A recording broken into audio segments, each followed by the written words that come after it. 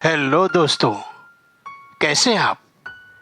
मैं दीपक मिश्रा स्वागत करता हूं आपका अपने यूट्यूब चैनल वो भयानक यादों में। दोस्तों, आप लोगों से एक शिकायत है। आप लोग कहानियां तो सुनते हैं पर लाइक शेयर कमेंट और सब्सक्राइब नहीं करते। ऐसा ना करें दोस्तों, हम अंधविश्वास को बढ़ावा नहीं देते।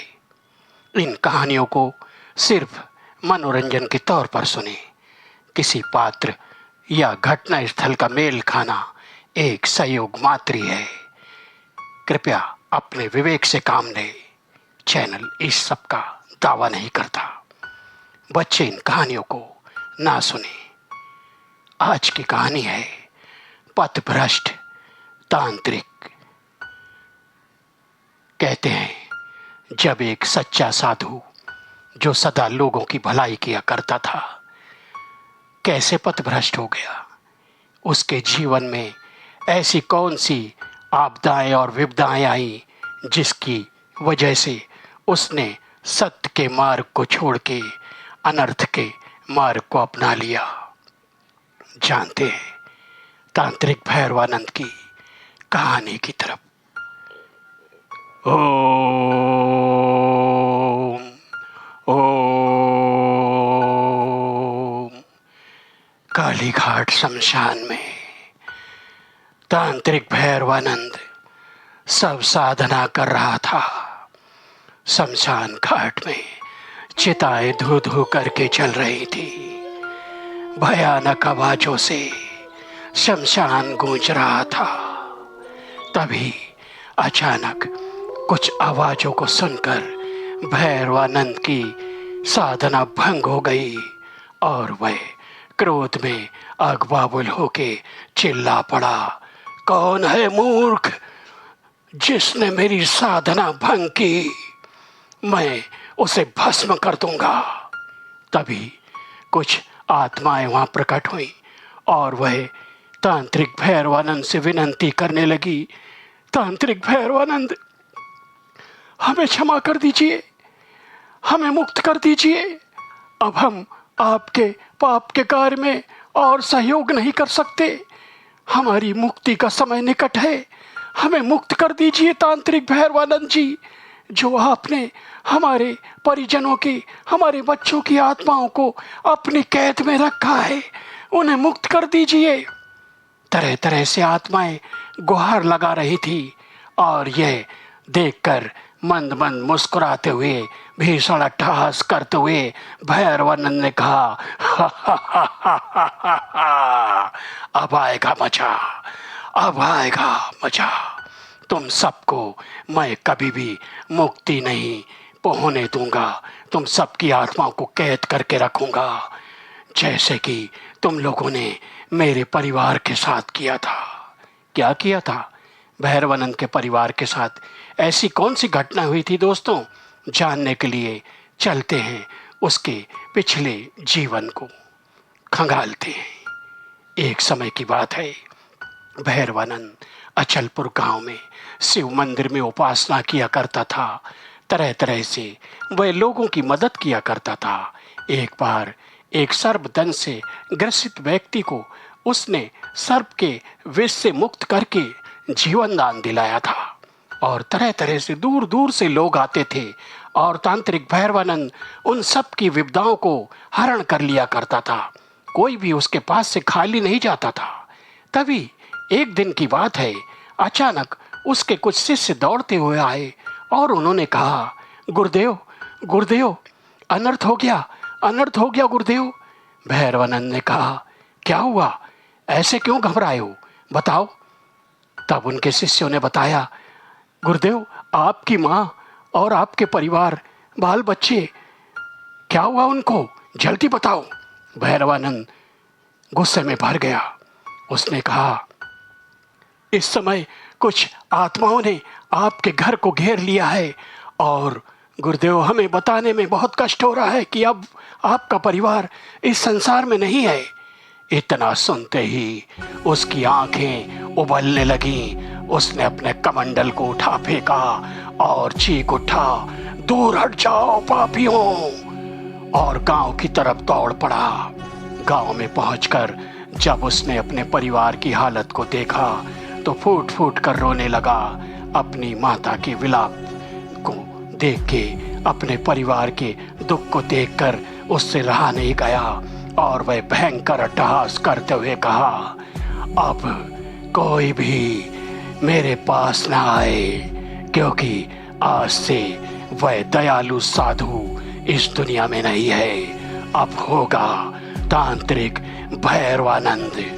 अब मैं इन आत्माओं की कभी मुक्ति नहीं होने दूंगा। और इतना कहते ही वह शमशान काली घाट की तरफ दौड़ पड़ा और वहां जाकर घोर तांत्रिक साधनाओं में लिप्त हो गया। उसने प्रचंड वेग से तरह तरह की सिद्धियों को प्राप्त कर लिया था और अब वह आत्माओं से हर बुरे बुरे कर्म करवाता था। एक दिन की बात है, श्यामाचरण जो भैरवानंद के गुरु हुआ करते थे उसके पास आए और उन्होंने कहा, बच्चा भैरवानंद, यह तुमने क्या किया? अपने पवित्र नाम को भुलाकर यह भैरवानंद नाम और यह तांत्रिक का चोला, यह तुम्हें शोभा नहीं देता बच्चा। तुम्हारी जो ख्याति संसार में फैली हुई है, लोग तुम्हारे नाम पे इतनी इज्जत करते हैं, दूर दूर से आते हैं। अब क्या कहेंगे कि तुम पथभ्रष्ट हो चुके हो? ऐसा ना करो और वापस अपनी नेकी के मार्ग पे आ जाओ।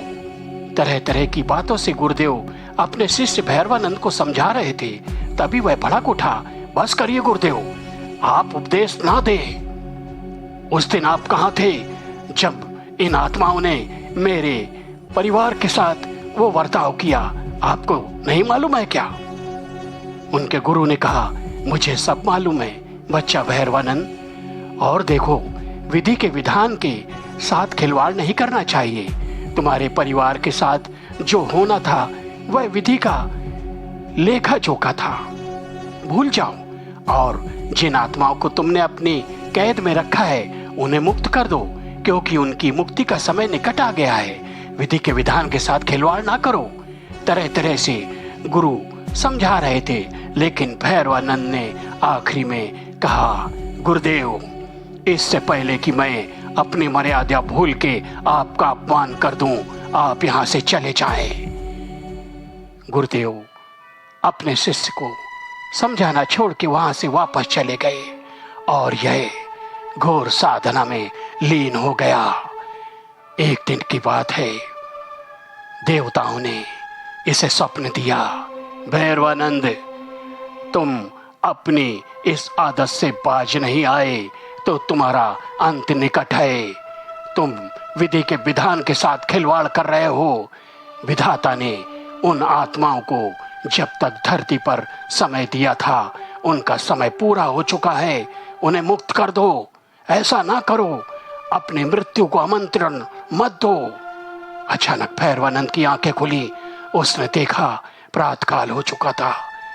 प्रातःकाल का स्वप्न सच होता है, पर भैरवानंद नहीं माना और अपनी गतिविधियों को जारी रखा। कुछ दिनों बाद देवताओं ने इसके गुरु से संपर्क किया और कहा, वह तो आपका शिष्य है, आप क्यों नहीं समझाते गुरुदेव? भैरवानंद पथभ्रष्ट हो चुका है। अब वह जो कार्य कर रहा है वह समाज में निंदनीय कार्य है, अच्छे कार्य नहीं है। कृपया उसे समझाइए और उन आत्माओं को मुक्त कराइए। गुरुदेव ने कहा, देवताओं, मैंने लाख समझाया था, पर वह अब मेरा शिष्य नहीं रहा। उसने मुझे भी गुरु मानने से इनकार कर दिया है। अब मैं हार चुका हूँ। तब देवताओं ने कहा, सच कहा गया है, विनाश काले विपरीत बुद्धि। भैरवानंद का विनाश अब निकट है। फिर क्या था, एक दिन अमावस्या की रात को अचानक भैरवानंद सिद्धि कर रहा था, तभी अंत आकाश से अग्नि वर्षा होने लगी। भैरवानंद ने आकाश की तरफ देखा, अरे यह क्या, यह अग्नि वर्षा कौन करने लगा? उसने तुरंत ध्यान लगा के देखा तो वह जान गया, अच्छा तो यह देवता अपना कोप बरसा रहे हैं। उसने तरह तरह की मंत्रों का प्रयोग किया, कि अपने आप को बचा ले, पर ऐसा ना हो सका। देवताओं के क्रोध के आगे वह ना बच सका और एक अग्नि पवंडर में समा गया। सदा के लिए ऐसे लोक में पहुंच गया जहां से उसकी कभी मुक्ति नहीं होने वाली थी। तो कहते हैं ना दोस्तों, विधि के विधान के साथ खिलवाड़ नहीं करना चाहिए। इसकी आज्ञा किसी को नहीं है। नेकी का कार्य सदा नेकी का मार्ग दिखाता है, लोगों की भलाई करता है। उसमें मनुष्य को प्रसन्न रहना चाहिए, ना कि कोई बुरे कर्म करके। कहानी अच्छी लगी हो तो लाइक शेयर कमेंट और सब्सक्राइब अवश्य कर दें। फिर मिलेंगे।